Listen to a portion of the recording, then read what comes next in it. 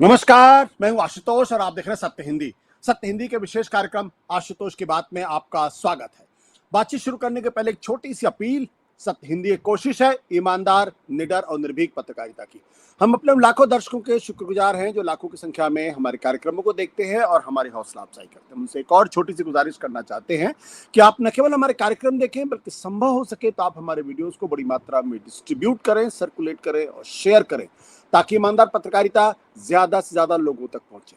और अब आज की बातचीत शुरू करते हैं। आज दरअसल हम बातचीत करना चाहते हैं नेशनल हेराल्ड केस को लेकर, जिसमें सोनिया गांधी और राहुल गांधी के खिलाफ इन्फोर्समेंट डायरेक्टरेट ने चार्जशीट दाखिल कर दी है।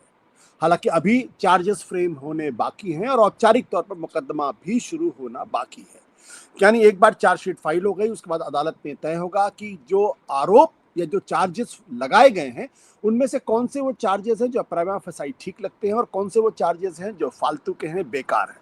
उसके बाद अदालत में चार्जेस फ्रेम होंगे और फिर औपचारिक तौर पर मुकदमा शुरू होगा और उसको कांग्रेस पार्टी, सोनिया गांधी और राहुल गांधी को उसको डिफेंड करना पड़ेगा और फिर अदालती प्रक्रिया है, लंबा वक्त भी लग सकता है और कुछ भी उसमें हो सकता है। आज हमारे साथ मौजूद हैं सप्पल साहब, गुरदीप सप्पल साहब, जो दरअसल कांग्रेस पार्टी के बड़े नेता हैं, कांग्रेस प्रेसिडेंट मल्लिकार्जुन खड़गे के साथ जुड़े हुए भी हैं। उनसे दरअसल जानने की कोशिश करेंगे कि नेशनल हेराल्ड के केस में जो आरोप सोनिया गांधी, राहुल गांधी पर लग रहे हैं उनमें कितनी सच्चाई है और जितना कांग्रेस पार्टी कह रही है कि आरोप बेबुनियाद है, इनका कोई मतलब नहीं है और जानबूझ के उनको फंसाया गया है, वेंडेटा पॉलिटिक्स है। तो इन दोनों के बीच में सच्चाई कहां पे है?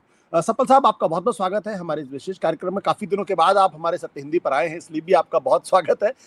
जी। ये जो आरोप आपके ऊपर लग रहा है और आप लोग बार बार ये कह रहे हैं भाई ये तो वेंडेटा पॉलिटिक्स है, वेंडेटा पॉलिटिक्स है, लेकिन जो भारतीय जनता पार्टी लगातार कह रही है, आपको तो सुप्रीम कोर्ट से भी इस मामले में कोई रिलीफ नहीं मिली है। देखिए, पहली बात तो जो आपने अभी इंट्रोडक्शन दिया, उसमें ये बोला कि एक अनौपचारिक मतलब औपचारिक मुकदमा अभी चलना बाकी है, लेकिन मीडिया ट्रायल अभी शुरू हो गया है। और मीडिया ट्रायल में कल मैं पूरा दिन देखता रहा कि अखबारों में भी और टीवी पे भी पूरा एग्जैक्टली है कि किस धारा में क्या चार्ज लगाया गया है, किस धारा में क्या बात बोली गई है।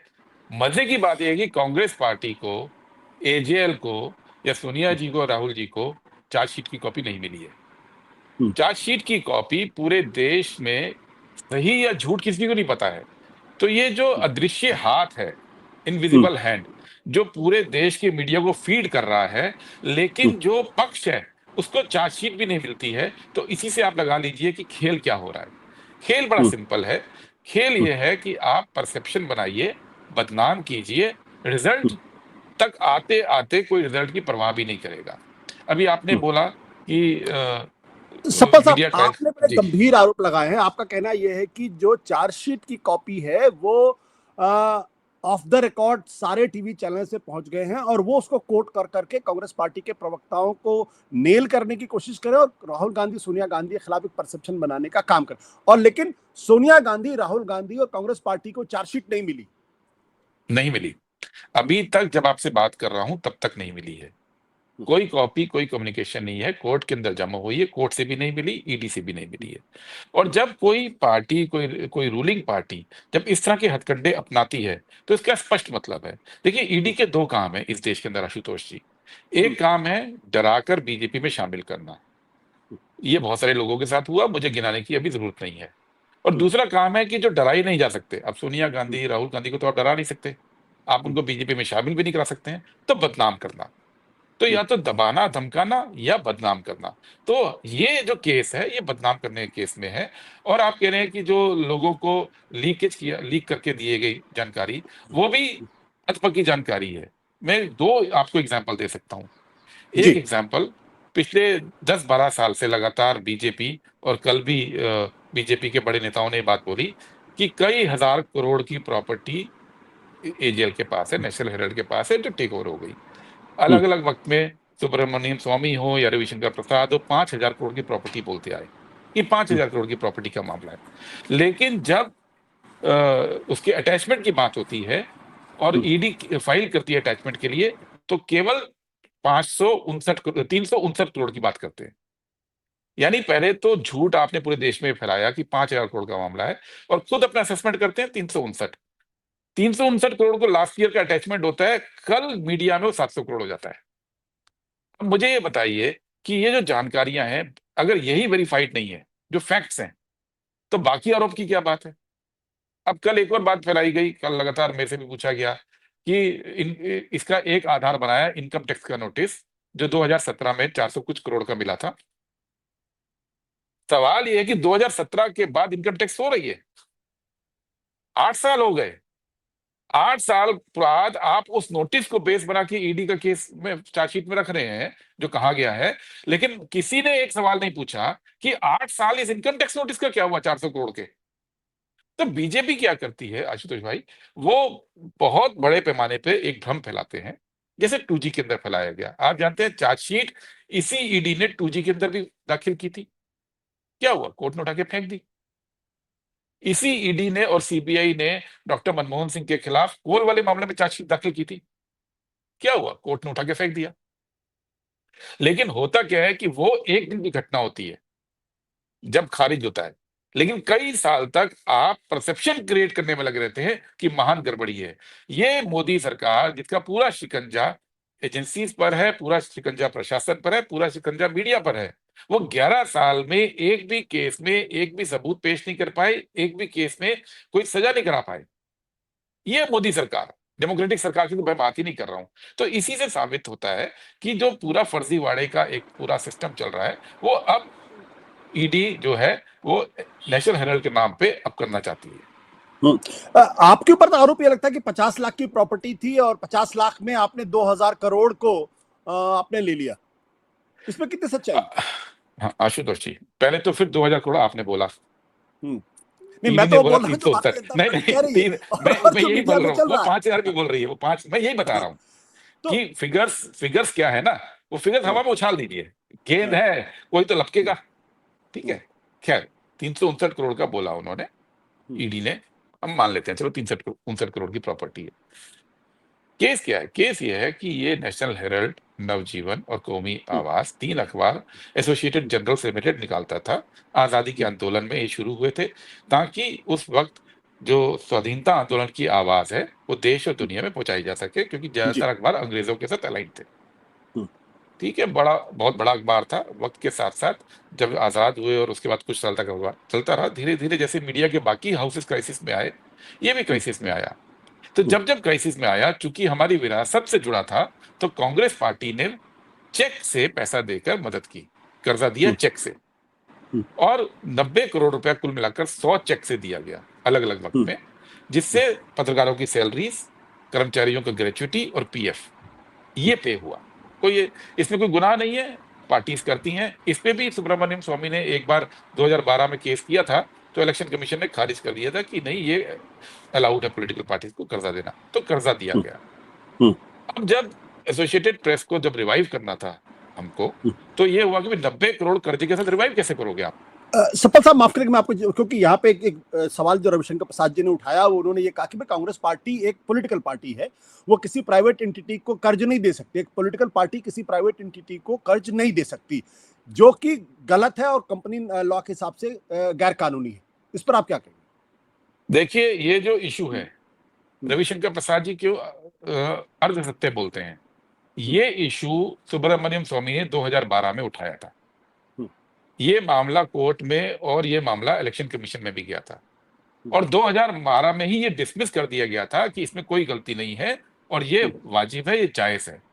तो 2012 वाली जो फैसला हो चुका है कि ये सही था, उस पे आप 2025 में फिर से क्वेश्चन उठाएंगे, क्योंकि कोई 2012 का फैसला जाके देख नहीं रहा है, उनसे कोई पूछ नहीं रहा है 2012 में क्या हुआ था। ये 2012 में निपट चुका है। इलेक्शन कमीशन ने सुब्रमण्यम स्वामी की कंप्लेंट को डिसमिस कर दिया था और कहा था देयर इज नथिंग रॉन्ग और इलीगल इन दिस। तो ये अलग चीज। सुप्रीम कोर्ट ने भी डिस्मिस कर दिया था। नहीं, उसके बाद कहीं कोई गया नहीं ना, वहीं सबने मान ली बात। वो उसके बाद उस इशू पे कोई सवाल नहीं है। अभी भी जो ईडी वाले पूरे मामले में ये इशू नहीं है कि पार्टी दे सकती नहीं सकती है, वो इलेक्शन, क्योंकि पार्टीज गवर्न होती है चुनाव आयोग द्वारा, चुनाव आयोग के ऊपर अथॉरिटी होती है, और चुनाव आयोग का फैसला आ चुका। चुनाव आयोग के फैसले को पिछले 11 साल में मोदी सरकार ने भी नहीं बदला है, लेकिन बोलने के लिए आप बोल रहे हैं। खैर, मैं आपके मूल प्रश्न पे आ रहा हूँ। क्या ये कंपनी लॉ का वायलेशन है या नहीं वायलेशन है? मैं मूल प्रश्न पे आ रहा हूँ। तो मूल प्रश्न आपने ये बोला, सवाल ये है कि 90 करोड़ का जो कर्जा था वो नेशनल हेराल्ड की कंपनी दे नहीं सकती थी, तो एक नई कंपनी बना के 50 लाख रुपए में वो कर्जा ले लिया गया, यानी इक्विटी बाय कर ली। डेट को इक्विटी में बदलना, इसके लिए बाकायदा लॉ है, कॉर्पोरेट लॉ। एनसीएलटी पूरा ट्राइब्यूनल इस काम के लिए बना हुआ है, और इस देश के अंदर डेट को टेक ओवर करके कंपनी रिस्ट्रक्चरिंग करना ये रोज हो रहा है। और मैं आपको गिना सकता हूं पिछले 3-4 साल 5 साल के अंदर कितने बड़ी बड़ी रिस्ट्रक्चरिंग को मोदी गवर्नमेंट ने अलाउ किया है, एनसीएलटी ने अलाउ किया है, और IBC insolvency and banking code के अंदर उसको अलाउ किया गया है। जैसे सेवा इंडस्ट्री था, उसके पास 4,830 करोड़ का कर्जा था, सेटलमेंट हुआ 318 करोड़ में, और 5 करोड़ अपफ्रंट देना पड़ा, और वो इक्विटी में बदल के दूसरी कंपनी को चला गया। आप रिलायंस नेवल इंजीनियरिंग के ऊपर कर्जा था आशुतोष जी, 12,883 करोड़ का, और वो लोन सेटल हुआ 2,043 करोड़ में। क्या वो गलत था? एनसीएलटी ने अपहोल्ड किया, कोर्ट्स ने अपहोल्ड किया। एएमडब्ल्यू मोटर्स का आप देखिए, 41 करोड़ का कर्जा था, 202 करोड़ में दूसरी कंपनी ने लेके सेटल किया। इसको आप हेयर कट बोलते हैं। हेयर कट वर्ड कोई नया तो नहीं है, आप भी जानते हैं, पूरा मीडिया जानता है, लेकिन जब कंपनीज करती हैं तो हेयर कट। वीडियोकॉन का 42,000 करोड़ का कर्जा था, 42,000 करोड़ का, सेटल कितने पे हुआ है वेदांता ग्रुप से? 2900 करोड़ रुपए में। तो वो ठीक था। अगर सरकार ये कह रही है कि ये तमाम चीजें ठीक है, रुचि सोया का 12,000 करोड़ का था, बाबा रामदेव ने 4200 करोड़ में टेक ओवर किया था, तो ये जो देश के अंदर कॉर्पोरेट लॉ में अलाउड है, वो यहां कैसे डिसअलाउ हो सकता है? यहां तो जबकि एक कदम आगे बढ़कर एक काम किया था कांग्रेस पार्टी ने उस समय, कि जैसे मैंने जितनी कंपनियां गिनाई, मैं ऐसे 50 और केस गिना सकता हूं जहां 90%, 95%, 80% हेयर कट लेके एसेट ट्रांसफर हुए हैं और लोन को इक्विटी में बदला गया है। यहां पे चूंकि एक संस्था इन्वॉल्व है, राष्ट्रीय आंदोलन से जुड़ी हुई, तो ये तय किया गया कि जो यंग इंडिया कंपनी डेट को टेक ओवर कर रही है, इक्विटी में बदल रही है, उसके बाद एसेट्स ट्रांसफर नहीं होंगे। मैंने जितने केस गिनाए कॉर्पोरेट में, उसमें एसेट ट्रांसफर हो रहे हैं। यहां पे समझौते में ही लिखा गया कि सारे के सारे एसेट्स, बावजूद इसके कि शेयर्स चले गए यंग इंडिया पे, Young India no profit company है, नॉन प्रॉफिट कंपनी है, वो प्रॉफिट नहीं कमा सकती, और कोई भी एसेट, अब वो चाहे 359 करोड़ का हो, या 2,000 करोड़ आपने बोला हो, या 5,000 हो, कोई नहीं, एक पैसे का एसेट ट्रांसफर नहीं होगा। दूसरी बात, कोई भी कमाई होगी नेशनल हेराल्ड की, वो ट्रांसफर नहीं होगी। कोई भी किराया आएगा इन बिल्डिंग से, वो ट्रांसफर नहीं होगा। कोई भी डिविडेंड आएगा, वो ट्रांसफर नहीं होगा। ये पहले ही कह दिया, तो यानी केवल कर्जे को टेक ओवर किया है, लेकिन प्रॉपर्टी, मुनाफा, किराया, कमाई और सुविधाएं कुछ भी नहीं जा सकती हैं। इसमें क्या गलत है? हमारी संस्था ये किसी पब्लिक का पैसा उठा नहीं। कांग्रेस पार्टी ने एक अखबार चलाया, कांग्रेस पार्टी का ट्रस्ट उसको चलाता था, कांग्रेस पार्टी के दूसरे ट्रस्ट से हमने कंपनी बना के उसको टेक ओवर किया, और ये इंश्योर किया कि वो प्रॉफिट में कभी कन्वर्ट किसी के पास न जाए, वो प्रॉपर्टीज कभी बिक ना पाए। इसमें क्या गलत है? ये कोर्ट भी यही कहेगा फाइनली आशुतोष जी, इसमें क्या गलत है? क्योंकि अगर इसको आप गलत बोलते हैं, तो एनसीएलटी के थ्रू, आईबीसी के तहत जितने टेक ओवर हो रहे हैं देश के अंदर, वो सारे गलत माने जाएंगे। समल साहब, आपने दो बड़ी महत्वपूर्ण बातें की। एक आपने ये कहा कि आपने 50 लाख की एक नई कंपनी बनी जिसका नाम था यंग इंडियंस, उसने एजीएल के जो 90 करोड़ का जो उसका लोन था उसको आपने रीसेटल कर लिया, रीसेटल किया, इक्विटी में कन्वर्ट कर दिया। हाँ, इक्विटी में कन्वर्ट कर दिया। फिर आपने ये कहा कि दरअसल जो नई कंपनी बनी यंग इंडियन, जिसने सारे शेयर्स अपने पास लिए, उसको ना तो प्रॉपर्टी उसको ट्रांसफर हुई, ना ही किसी तरीके का लोन, और ना तो प्रॉपर्टी ट्रांसफर हुई, ना ही कोई एसेट ट्रांसफर हुआ। तो ना एक तरीके से एसेट, ना मुनाफा, ना हाँ, डिविडेंड, ना कुछ सुविधाएं। मतलब हाँ, यंग इंडिया के जो डायरेक्टर्स हैं, वो नेशनल हेराल्ड से या एजीएल से गाड़ी भी नहीं ले सकते, बिल्कुल। स्टाम्प भी नहीं ले सकते, पीए भी नहीं ले लेकिन सकते। लेकिन एक सवाल यहाँ पे बनता है कि वो आज की तारीख में यंग इंडियन एजेएल की सबसे बड़ी स्टेक होल्डर है। हाँ, अगर सबसे बड़ी स्टेक होल्डर है, इसका मतलब ये है कि सबसे बड़ी स्टेक होल्डर होने के नाते सारे एसेट्स पे एक तरीके की डिसाइसिव पकड़ तो उसकी ही होगी ना, भले ही उसको नहीं, ट्रांसफर ना हुए। हाँ, भले ही ये हो, लेकिन बाइंडिंग एग्रीमेंट क्या किया गया हम्म, कि आपने शेयर ले लिए, लेकिन प्रॉपर्टी पे कभी भी हम्म, इन परपेचुटी कोई कंट्रोल नहीं होगा, इसी शर्त पे इक्विटी दी गई है।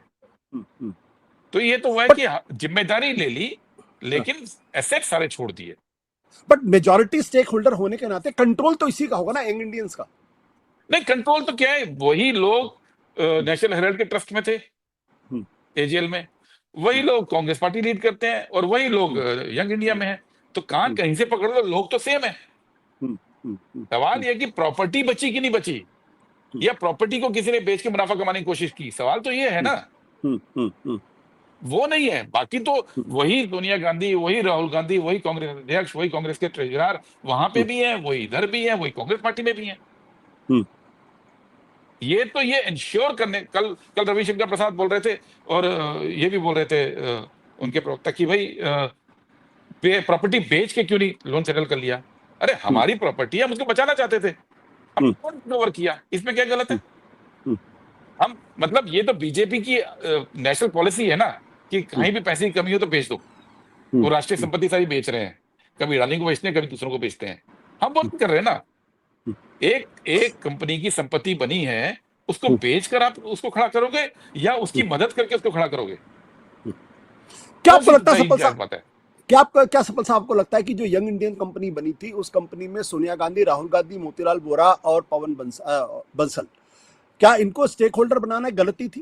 भाई सोनिया गांधी, राहुल कैसे गांधी गलती के है नहीं आशुतोष जी, वो नहीं होती? कंपनी जो पहली थी वो भी कांग्रेस अध्यक्ष, कांग्रेस ट्रेजरर, पूर्व अध्यक्षों की थी। ये भी कांग्रेस अध्यक्ष, कांग्रेस ट्रेजरर, पूर्व अध्यक्षों की है। वहां पे भी शेयर होल्डर थे, यहाँ पे भी शेयर होल्डर है। मतलब जब कांग्रेस पार्टी उसको ओन अप कर रही है, अरे मेरी ही प्रॉपर्टी है, हम उसको बेचना नहीं चाहते, और हम कर्जा खत्म करना चाहते हैं, हम कंपनी चलाना चाहते हैं। इसमें कौन सा ऐसा गुनाह हुआ, लगा दिया मनी लॉन्ड्रिंग एक्ट। मैं आपको एक बात और कहना चाहता हूं, जी। मनी लॉन्ड्रिंग एक्ट में 3 शर्तें होती हैं। 3 शर्तें। एक, प्रोसीड ऑफ क्राइम होना चाहिए, कि आपने कोई जुर्म करके उससे पैसा कमाया, या आपके सहयोगी ने कमाया। दूसरा, उस पैसे से आप जो है कहीं मनी ट्रांजैक्शन होना चाहिए, मतलब पहला क्राइम होना चाहिए, दूसरा मनी ट्रांजैक्शन होना चाहिए, और तीसरा उस मनी का कहीं पे इन्वेस्टमेंट होना चाहिए। प्रोसीड्स ऑफ क्राइम बोलते हैं उसको, कि आपने उस पैसे से कहीं कोई प्रॉपर्टी खरीदी, कहीं कोई। अब यहां तो कोई मनी ट्रांजैक्शन नहीं है, कर्जा को इक्विटी में कन्वर्ट किया है, there is no crime in that. वो कोई कोर्ट कभी भी नहीं बोलेगी ये क्राइम था, ये ईडी वाली बोलती रही, ईडी ने बहुत लोगों के बारे में बहुत कुछ बोला है। There is no crime, there is no money transfer to Young India, और जब कोई मनी नहीं है तो मनी के इन्वेस्टमेंट का सवाल भी नहीं आता है। तो तीनों कंडीशन मनी लॉन्ड्रिंग एक्ट की इस पे अप्लाई नहीं होती, लेकिन मनी लॉन्ड्रिंग एक्ट अप्लाई कर दिया। ये वैसे ही है जैसे आपने हेमंत सोरेन को गिरफ्तार कर लिया था, तो वहां पे भी ईडी ने बड़ी बड़ी बातें बोली थी ना, तो कोर्ट ने क्या उठा के बाहर फेंका, लानत मनामत की। ऐसे बहुत सारे केसेस हैं, जैसे मैंने 2G का बोला, जैसे कोल का बोला, ऐसे बहुत सारे केसेस हैं कि जिसमें पूरा परसेप्शन क्रिएट कर देते हैं। चार्जशीट तो करना पुलिस का काम है, ये तो पुलिस एजेंसी है ईडी।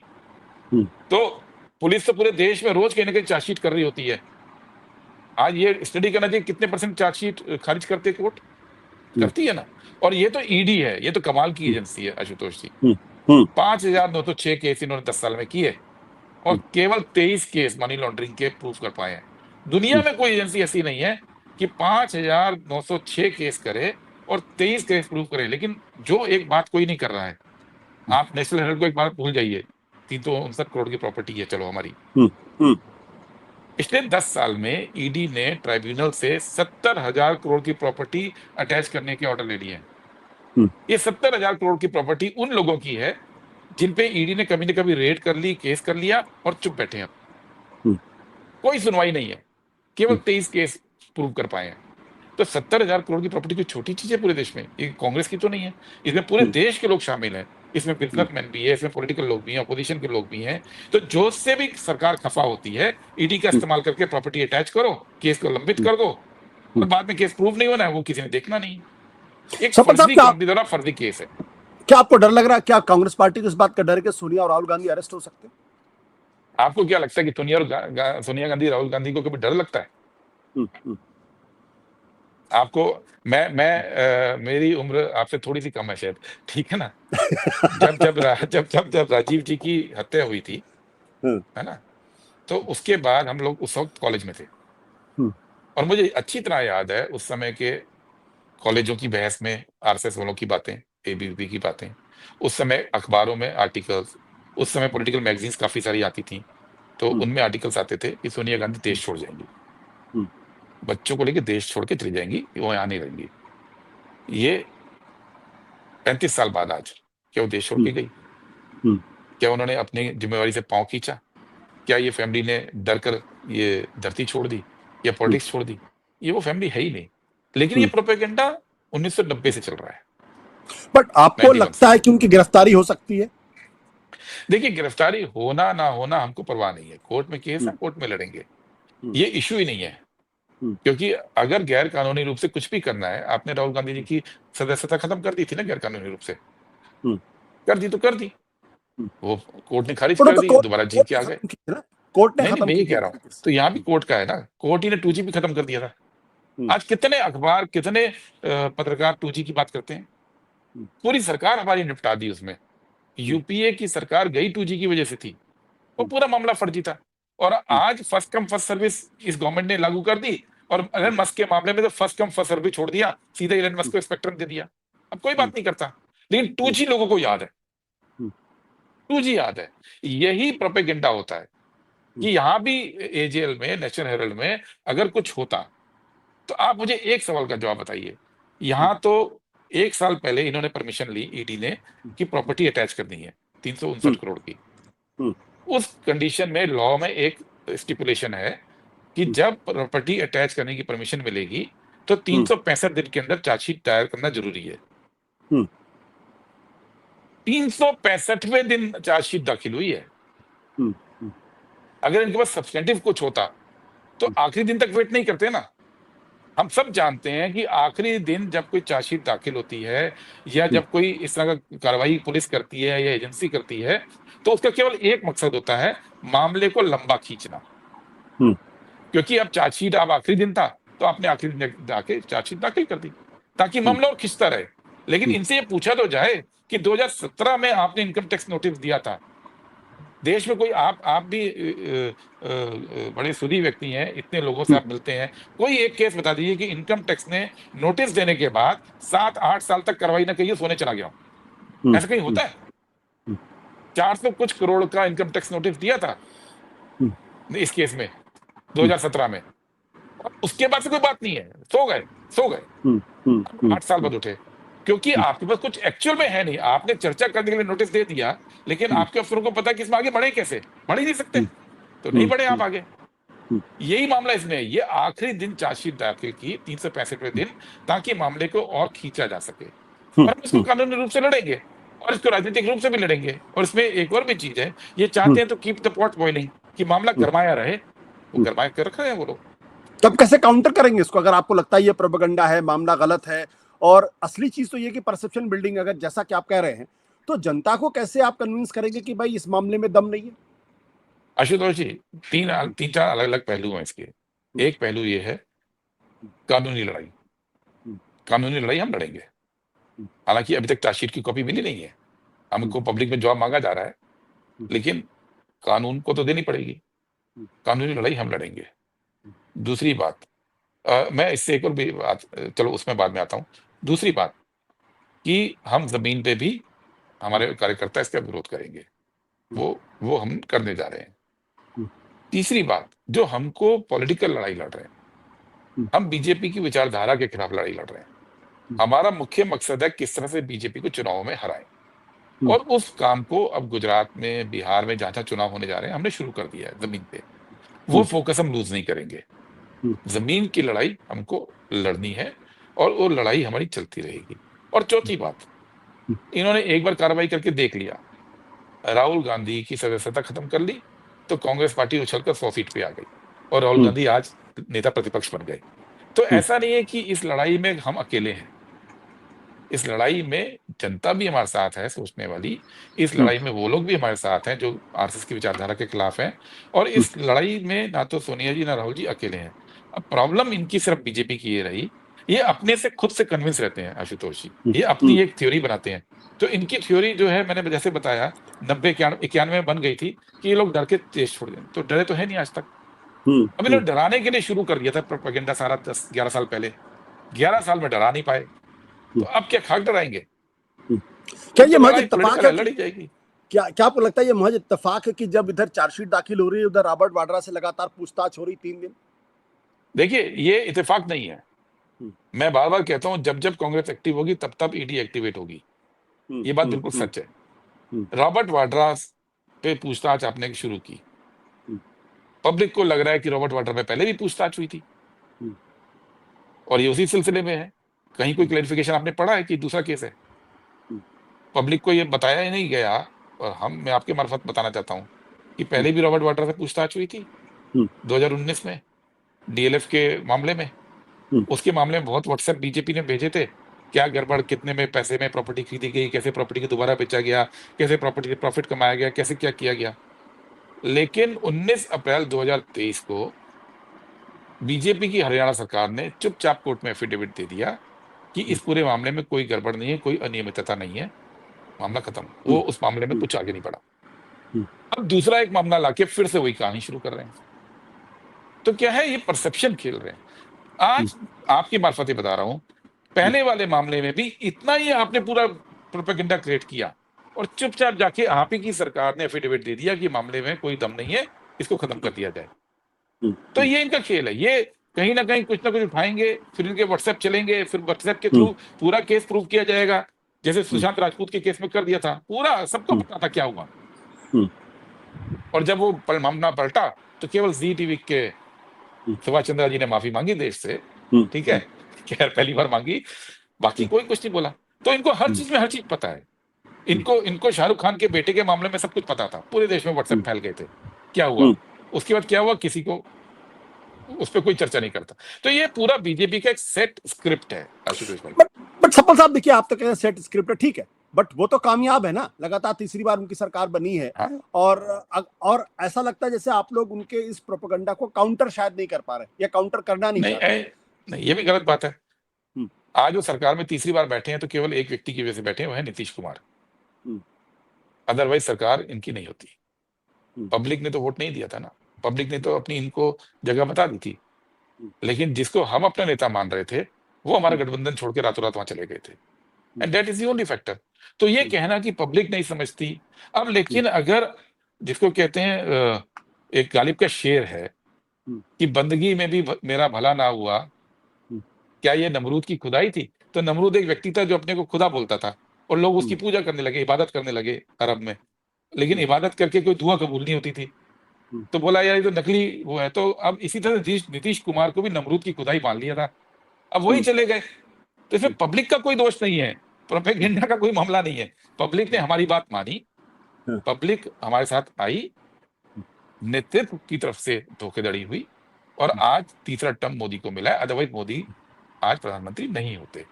अब ये सबक हम लोगों को भी है, इसलिए हम लोग अब अगले इस ये जो साल है पूरा, इसको हमने बेलगाम सेशन में खड़गे जी ने बोला था कि ये संगठन का साल होगा, हम्म, ताकि हम लोग अपनी ताकत पे चुनाव लड़ेंगे।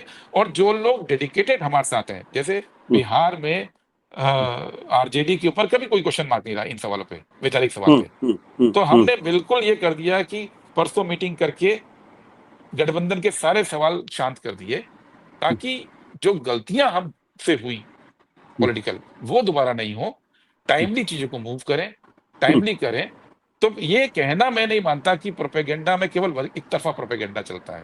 प्रोपेगेंडा का जवाब भी पब्लिक तक पहुंचता है। हम लोग जो है, चूंकि तीसरी बार मोदी प्रधानमंत्री बन गए, तो कई बार हम लोग कॉन्फिडेंस लूज कर जाते हैं, हम्म, पब्लिक में भी, नेता भी और पब्लिक भी। यार क्या करें। लेकिन मैं फिर से सबको याद दिलाना चाहता हूं कि हम्म, बीजेपी आज भी 37% वोट पे ही है, हम्म, हमसे बहुत आगे नहीं थी गठबंधन से। और हम्म, नीतीश कुमार जी अगर इधर होते तो हम आगे होते, वो पीछे होते।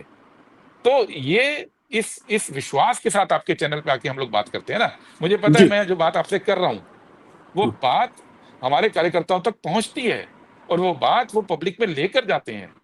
बीजेपी के प्रोपेगेंडा को हम उतनी जोर से जितना बोलना चाहिए, उतनी जोर से हमको बोलते रहना पड़ेगा बस। हम्म, और ये भी सच है कि बहुत आज की तारीख में सोशल मीडिया पर उनका एकाधिकार नहीं रह गया, बहुत आज बहुत नहीं है। शुक्रिया सप्पा साहब, बहुत बहुत शुक्रिया हमसे बातचीत करने के लिए। कभी जो राजनीतिक परिदृश्य है उस पर भी आगे आपसे बातचीत करेंगे। ये थे गुरदीप कभी भी। सप्पल, जो कांग्रेस वर्किंग कमेटी के सदस्य हैं और कांग्रेस के पार्टी प्रेसिडेंट के साथ इस वक्त मिलकर काम करें। बहुत बहुत शुक्रिया, थैंक यू सो मच।